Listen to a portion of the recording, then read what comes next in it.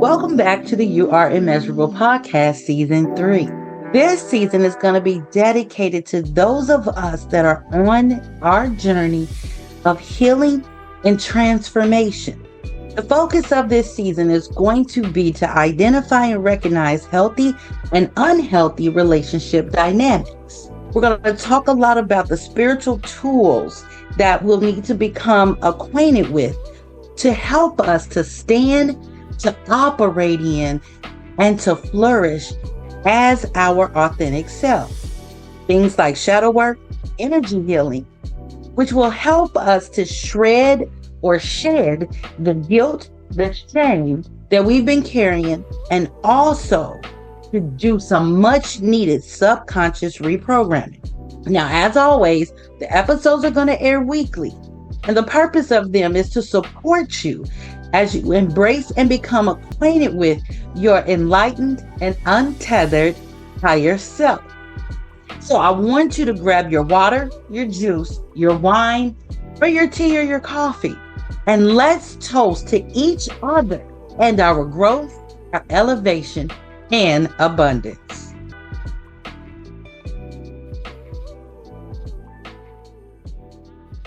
Welcome back to the You Are Immeasurable podcast. Today, I want to talk about trusting yourself.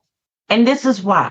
As we grow, as we become who it is that we are today, or working on who we are to become tomorrow, there's a lot of extra things that come into play that we don't always think about or recognize. And I found that a lot of times we just need that little nudge, that little bit of encouragement. And a lot of times it's from an outside source that we seek this. Think about when you've got exciting news, when something amazing just happened, you just got to tell somebody, right? When you're sad or when something is distressing you, you usually want to reach out to that person that is your sounding board, your bestie. Sometimes it's your significant other or any number of people being an outside source. And I've been thinking recently about why do we do this? Why does everything have to be outside of us? And usually in conversations with others and even in conversations with myself, I've had to admit that it's because we seek validation. We seek for somebody to help us decide that we ain't tripping, right? Or we want to get somebody else to confirm for us that this awesome thing that has happened for us is an awesome thing, right? And again, why though? Why? What has made us so disconnected from ourselves that has us seeking this external validation in many, many, many areas of our lives? And it goes back to our experiences, right? It goes back to our upbringing. It goes back to the things that we have been exposed to. And sadly, for many of us, that has led us to feel as though we can't trust ourselves. So we got to get somebody else's opinion. We have to get someone else's insight or input. And in many cases, it's not necessarily a bad thing because you don't know what you don't know, right?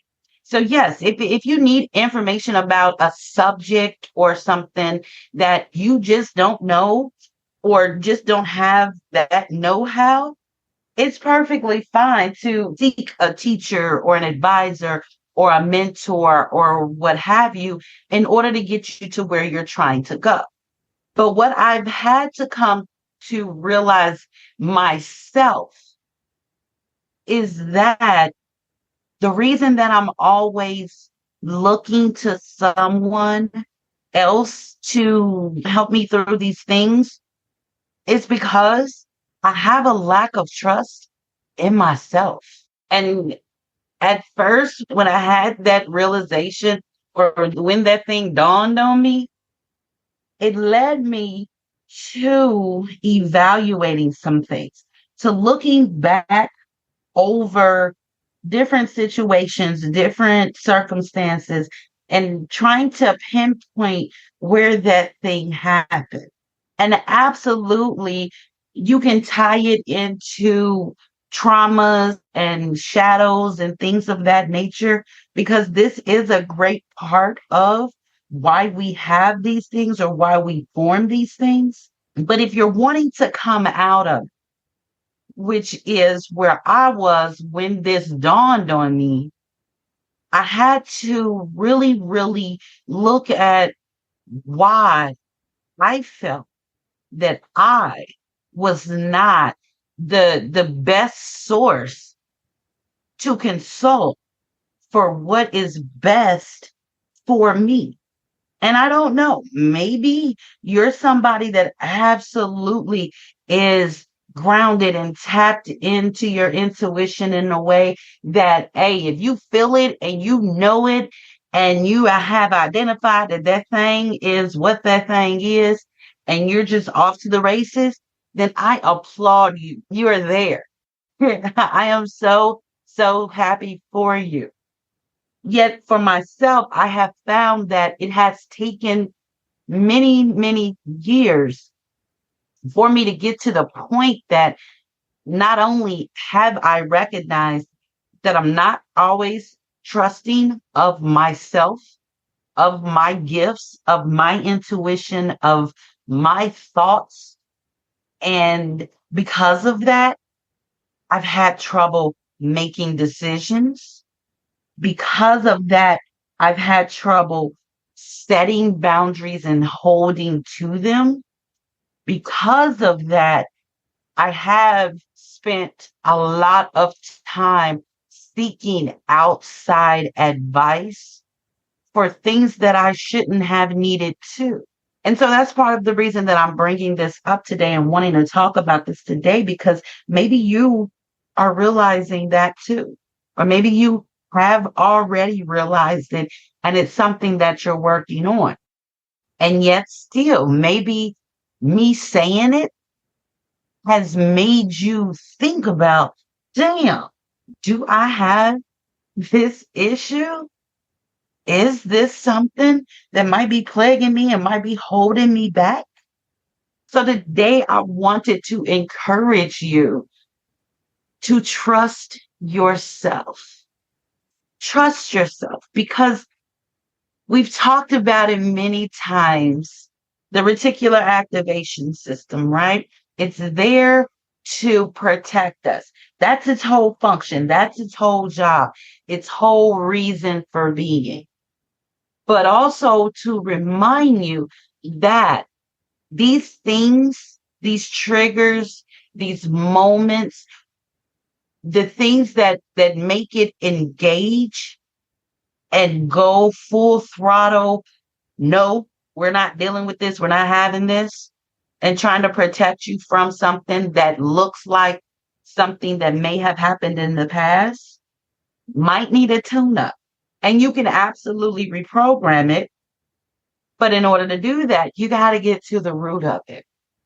So if you've realized, or if you are realizing that you have an issue trusting yourself, I encourage you to explore that. And it doesn't take a whole lot of, I guess, surgery, because, that's a scary word for most of us, surgery. Yeah, no, going under the knife, being sedated, not knowing what's happening, and somebody just doing whatever. That's something that's scary, right? But in this instance, it's a form of shadow work where we go and we actually allow ourselves to fully explore a specific emotion or reaction that we have and all the things that are tied to that. And not trusting yourself is definitely one of those things that you need to get to the root of why you don't do it. Because, hey, we say all the time, it's my life. I should be able to make my own decisions. I can do what I want to do when I want to do it and all of that.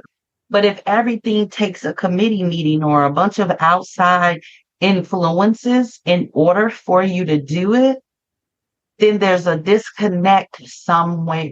So today I just wanted to bring this up and I just wanted to put a little bug in your ear that maybe you need to explore this and look at this, especially when it is difficult for you to make decisions, when it is difficult for you to stand on what you feel or how you feel, especially when if you're an entrepreneur, a business owner, or even if you're in corporate and you're in a leadership role where you have to make decisions. Look at how you do it.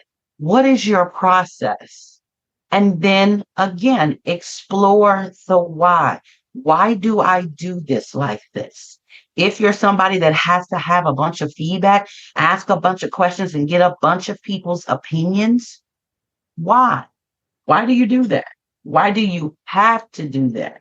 Or why do you feel that you have to do that? There has to be a reason that you don't feel your opinion, your perspective, your insight on whatever that thing may be isn't enough. I just want you to think about it. Like really, really think about it. Give yourself the space to be vulnerable with yourself and tell the truth.